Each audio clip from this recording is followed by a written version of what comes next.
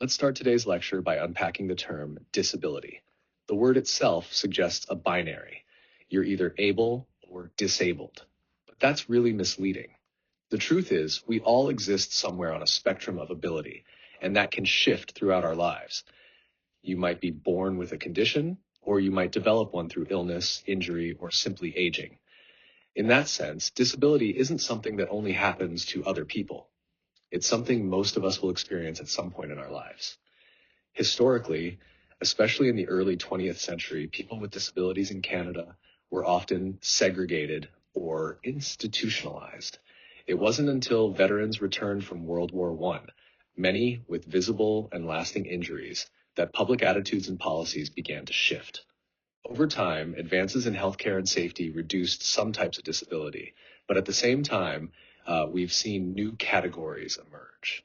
Today, we talk not only about physical disabilities, but also about psychiatric, neurological, and learning disabilities, conditions like depression, autism, ADHD, dementia, and many more.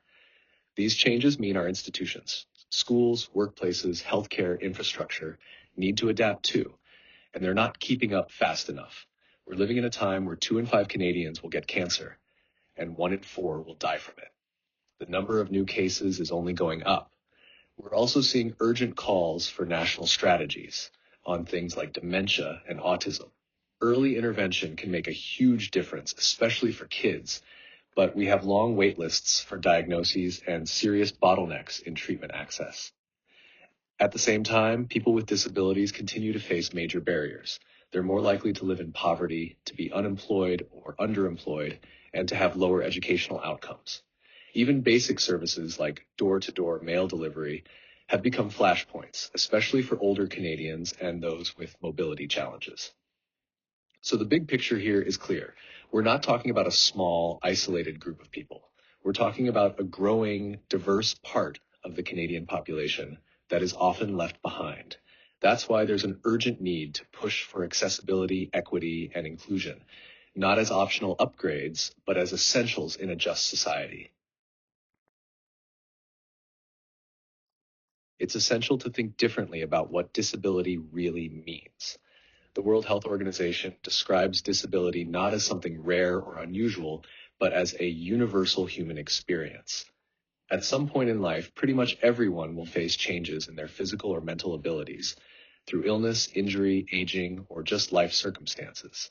This challenges what we call disability binarism, the idea that you're either fully able-bodied or you're disabled. But real life isn't that black and white. Abilities can change over the course of a day, a month, or a lifetime. Some people live in the gray area where they move between states of ability and disability depending on their condition and situation. For example, someone might use a wheelchair sometimes but walk short distances at other times. It doesn't fit neatly into one category. Now let's talk about invisible disabilities, conditions that aren't obvious to others. These might include chronic pain, mental illness, fatigue, brain injuries, or learning disabilities. Just because they can't be seen doesn't mean they're not real or deeply affecting. But here's the challenge. Because invisible disabilities aren't visible, people often feel pressured to prove they exist. Disclosure becomes a tough decision. Do I tell my employer or professor and risk being judged or not believed? Or do I stay quiet and miss out on accommodations I need to succeed? There's also a stigma, especially around mental health and psychological disabilities. People worry about being seen as unreliable or as trying to get out of responsibilities. Even when they have documentation, they might face skepticism or even resentment. Meanwhile, people with visible disabilities often face a different kind of treatment, what some describe as patronizing or pitying. And here's a quote that really captures the contrast. One student said to another, "When you have an invisible disability, people expect too much, like you're just not trying hard enough. But when you use a wheelchair, people expect too little, like you can't do anything."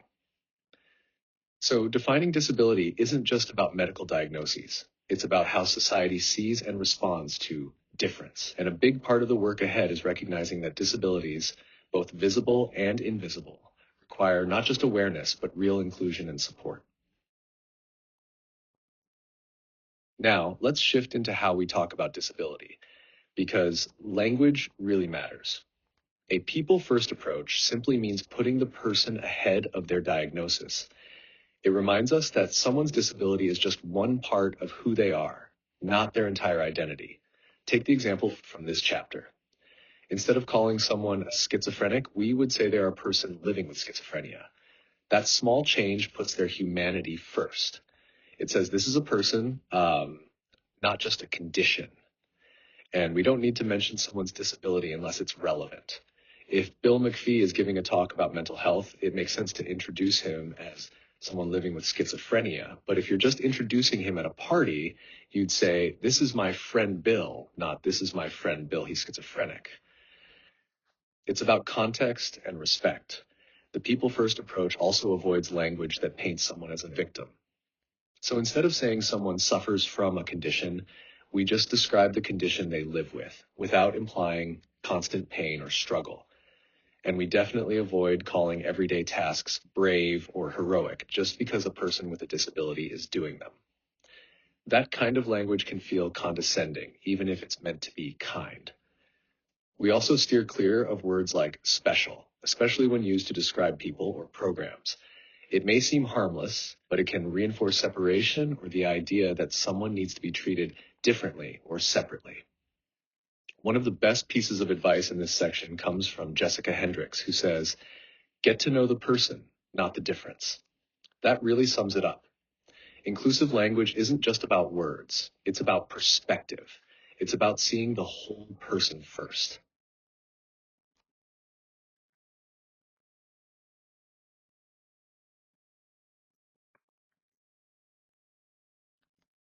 Next, we'll look at a darker part of Canada's history when it comes to how people with disabilities and mental health conditions were treated. In the late 1800s and early 1900s, people with physical, intellectual, or psychiatric disabilities were often institutionalized. They were seen as burdens or charity cases, not as full participants in society. Many were placed in large institutions, often run by churches or the state, and kept apart from everyone else. But even more troubling was what happened inside those institutions. In Alberta and British Columbia, the governments actually passed laws that allowed for the forced sterilization of people they deemed unfit. These were people labeled with mental illness or intellectual disabilities, people the state believed would pass on undesirable traits. Alberta's law was in place from 1929 to 1972. BC's law lasted until 1973. That's not ancient history, that's within living memory. Thankfully, in the 1960s and 70s, things began to shift. The deinstitutionalization movement began to push for people to be removed from these facilities and supported in their communities instead. That's when we started to see the creation of community agencies and group homes, what we now call associations for community living. At the same time, the anti-psychiatry movement gained traction. This movement questioned the entire foundation of psychiatry, especially the way it was used to label and control people. Some argued that psychiatry pathologized anyone who didn't fit social norms, and that treatments like ECT or lobotomies were abuses of power rather than real medical care. We see this tension reflected in cultural works too. Think about the film One Flew Over the Cuckoo's Nest. It captured a lot of the public's growing discomfort with the way psychiatric institutions operated, places where people were locked away, stripped of rights, and subjected to controversial treatments. This moment in history highlights a major shift from seeing disability and mental illness as something to be hidden or controlled to recognizing the need for dignity, autonomy, and community support. But it also reminds us how systems of care can easily become systems of control if we're not careful.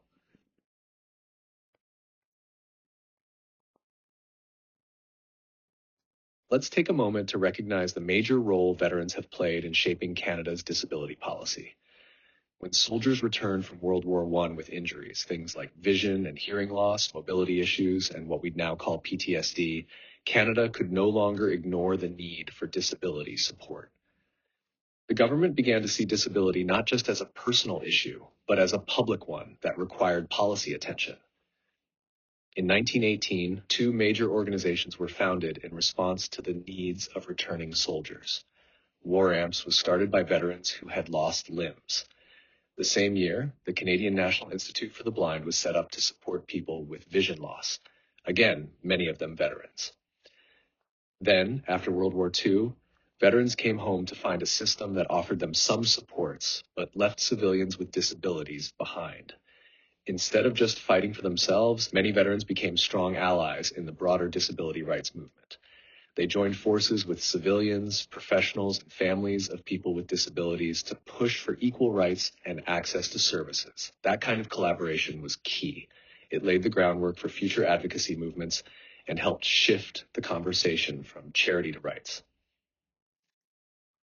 This period also saw the birth of new technology to help people with disabilities live more independently. One standout example: the first electric wheelchair developed in Canada by George Klein, specifically for injured World War II veterans. So not only did veterans help put disability on the national radar, they helped build the foundation for modern accessibility and inclusion movements in Canada.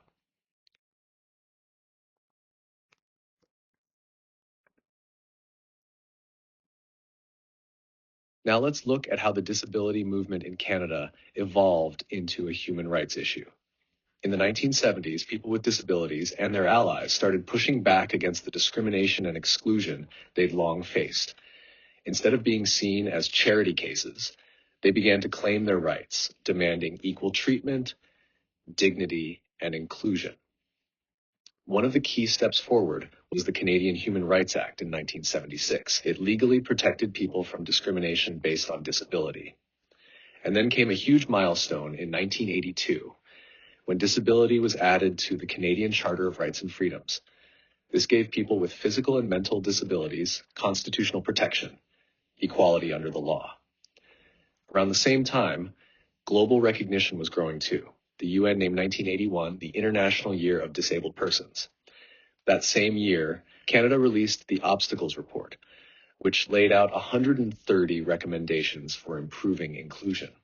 Later, Canada ratified the UN Convention on the Rights of Persons with Disabilities in 2010, signaling another big step in aligning policy with equity. But the 1980s and 90s weren't all progress. There was a major recession and a shift toward privatization and government cutbacks. Social programs were slashed, and many disability organizations lost funding or shut down. More and more, care responsibilities shifted onto families, especially women, who had to juggle caregiving with jobs, appointments, and daily life, all while dealing with added costs and reduced income. Even now, poverty is still a major issue. Research shows that during their working years, people with disabilities are about twice as likely to live in low-income households compared to people without disabilities. That stat alone should remind us that legal rights are not enough. Without strong, well-funded supports, many people with disabilities continue to face barriers to full inclusion and economic security. At the same time, we've also seen new academic fields like critical disability studies grow across Canadian universities. That's helped shift control over disability narratives away from institutions and back into the hands of disabled people themselves. So, while Canada has made some big legal and symbolic strides, there's still a long road ahead in terms of equity, access, and economic justice. Now, you might think disability has a clear-cut definition, but here's the catch. Across Canada, different government departments and programs define it in different ways. That inconsistency isn't accidental. It reflects the many perspectives we use to understand disability. Each of these perspectives shapes how services are designed, who qualifies for them, and how society views people with disabilities. Let's start with the biomedical perspective. This is the most traditional view. It sees disability as a problem within the individual, something wrong with the body or mind that needs medical treatment or fixing. Think of it like diagnosing a disease. The focus is on the impairment itself. Under this view, people with disabilities are seen as patients who need care. But there's a big downside. By focusing so much on the problem inside the person, we risk ignoring the social and physical environments that also affect their lives. Plus, this model can label people as abnormal or inferior, which can lead to stigma and isolation. Next is the functional limitations perspective. This one still starts from a medical foundation, but it takes it a step further. It doesn't just look at a diagnosis. It also considers how a person functions in daily life and how the environment plays a role. For example, someone applying for the Ontario Disability Support Program needs both a doctor's assessment and a self-report explaining how their disability affects things like self-care and working. Sounds more holistic, right? But critics say this perspective can still be rigid. It struggles to handle conditions that are episodic, like mental illness, and often focuses more on what people can't do rather than what they can. Then we have the socio-constructionist perspective, and this one really flips the script. Instead of seeing disability as something inside the person, it asks us to look at society. This view argues that disability is created by societal attitudes, stereotypes, and systems that don't accommodate difference. For instance, our assumptions about what's normal shape everything from building design to public policy. Ever notice how some public spaces just assume everyone is fully mobile? That's a design choice based on a narrow view of ability. This perspective challenges those norms and says maybe it's not the person who needs to change, it's the system. A fair critique here is that this model can sometimes underplay the actual physical or mental challenges people face day to day. Let's move on to the socioeconomic perspective. This one focuses on the cold, hard facts: money, jobs, and economic participation. The numbers tell us that people with disabilities in Canada are more likely to live in poverty and be unemployed. Government reports show that disability support payments often aren't enough to cover basic needs like rent and food. Programs like the Opportunities Fund or the CPP Disability Vocational Rehabilitation Program are meant to improve job access and training. But this approach has limits too. It tries to make people more employable without always questioning whether the economic system itself is inclusive or fair. The legal rights perspective is all about equality, human rights, and social justice. This model insists that people with disabilities have a legal right to participate fully in society and that laws should protect them from discrimination.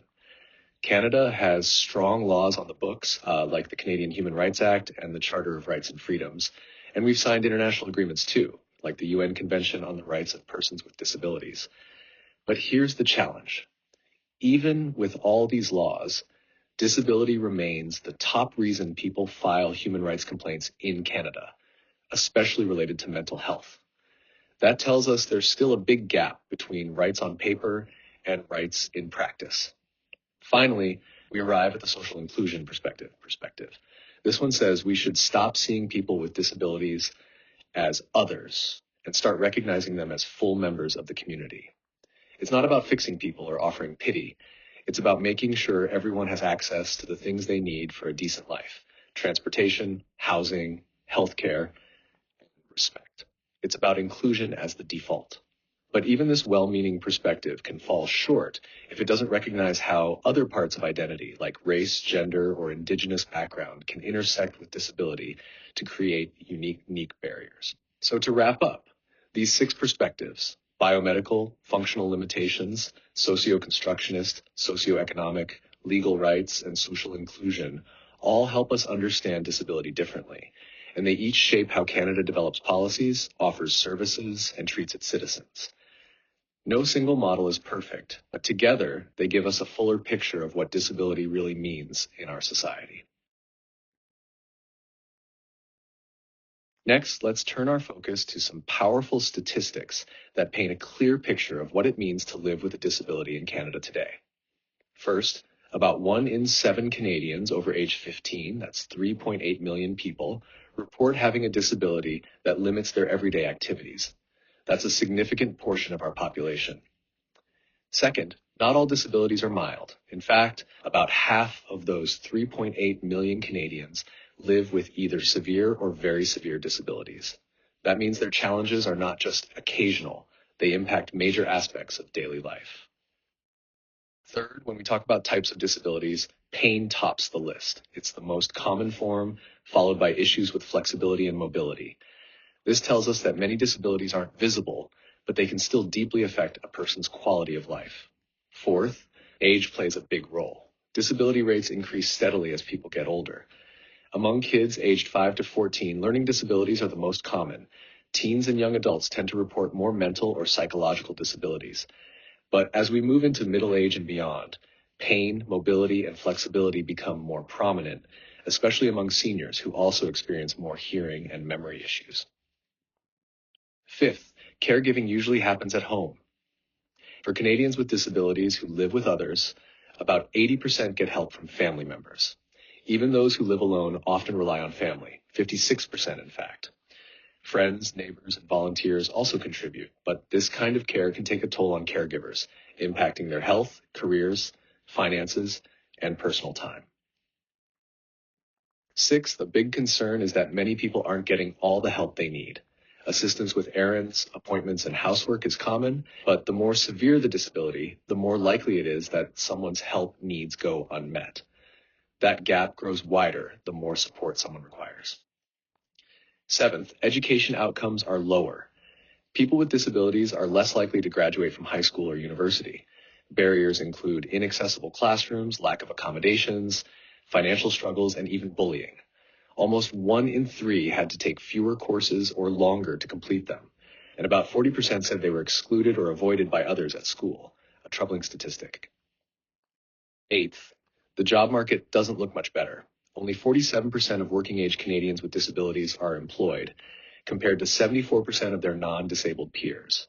That's a big employment gap, and one that feeds into ongoing poverty. Ninth, many employers are still reluctant to hire. A BMO survey found that only 1 in 3 small businesses in Canada had ever hired someone with a disability. A lot of this comes down to myths and misunderstandings about what people with disabilities can do. And 10th, those myths don't hold up. Over 75% of employers who hired people with disabilities were happy with their performance. Take Au Noir restaurants in Montreal and Toronto, where servers are legally blind, offering diners a dining in the dark experience. These businesses not only offer employment, but also raise awareness and shift public perceptions about disability. So what do these facts tell us? Disability is common, diverse, and often invisible. Support systems are essential, but not always adequate. And while there are clear barriers, there's also growing proof that inclusion works. We just have to keep pushing for it.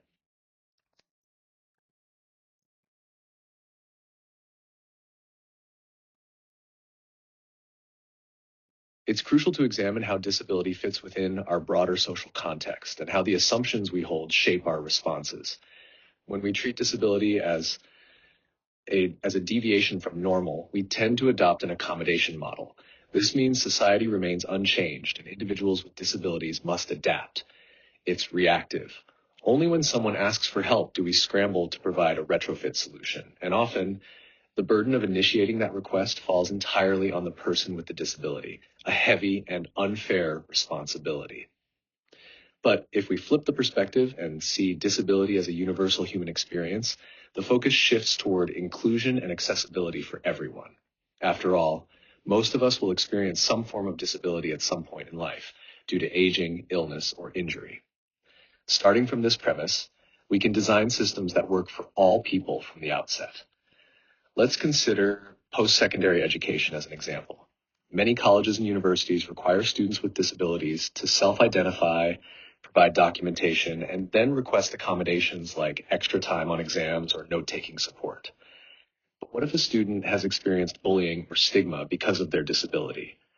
One student shared, "I would rather fail than go through that again."